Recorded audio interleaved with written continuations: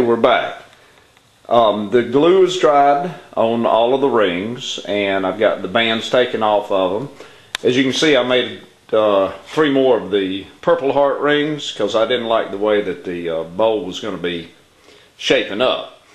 And to flatten the rings, I'm going to be using a drum sander, which is this machine right here. Start it up and turn it on, and it goes through there and it sands off. It's got a big sandpaper drum right here that rotates, and that's the quickest way that I've found to flatten these rings. If you don't have flat rings, you'll have gaps between the rings and the bowl, and we do not want gaps. No, gaps are bad. And no gaps in between the segments. So we're going to set this up and let you see how that looks. Okay, we're ready to go. As you can see, I've got my vacuum system hooked up to the sanders, because if you don't, the room gets filled up with sawdust, and that's no good because you can't breathe. So I'm going to turn everything on and pass one ring through and let y'all see what that looks like.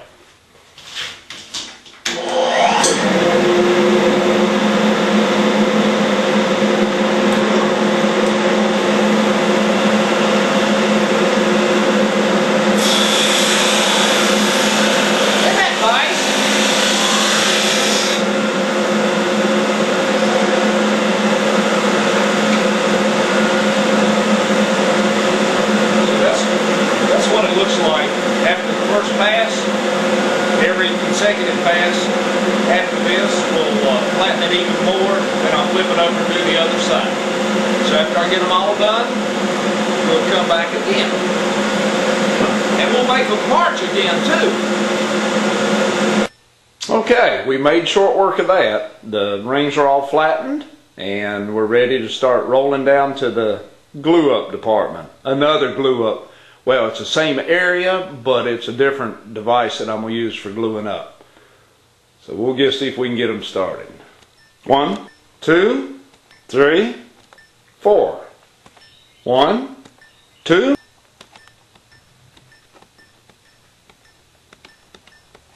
Okay, I see they all made it over here okay. Well, that's what it's going to look like.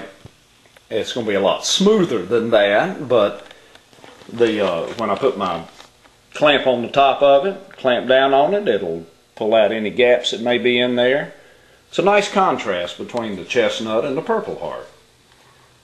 I still have to bore a hole in the bottom and put it on, and we'll show you the glue up process. Probably not tonight, but soon. Alright, we're ready to start the glue up phase of the bowl.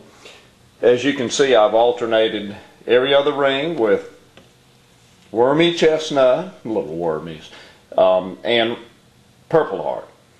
And every other ring is like that. Also, you'll notice the lines. I measured these rings so that they're exactly in the center of each other. And if you look right down, if you look straight down through the top, you can see how they're lined up.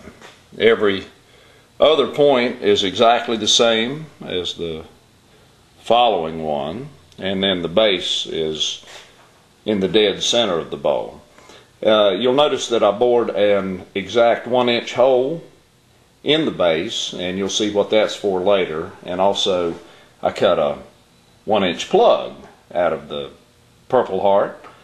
So we're going to start gluing it up, and we'll come back. Okay, I've got the glue spread on the top ring of the bowl. It looks like it's the bottom, but it's actually the top because I'm going from top down. I'm going to put on the second ring. You can see I've spread it to the glue line here, and I use the Type Bond 2. I've never had any problems with it. It gives you a little bit of working time before it starts curing. Now, these rings will slide around a little bit. I just put it on there, press it in, check to make sure that it's lined up all the way around. Slide it around a little bit so the glue spreads evenly on this ring.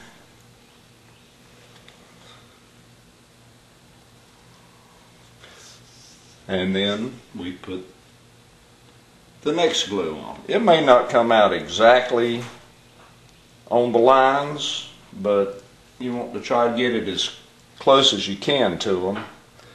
Once you start turning it, and once you get finished turning it, only an extreme professional eye will be able to tell if it was off a little bit. So we're going to do the next ring, and then we'll come back.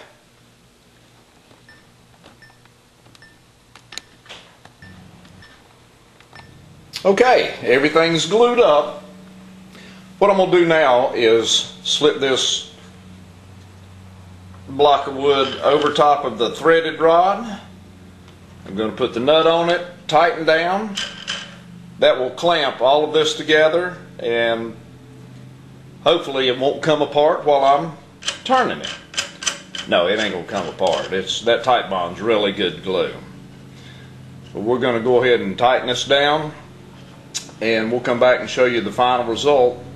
And then the next step will be to turn it after this is dried, which will take about, I'll probably let it sit for at least 12 hours.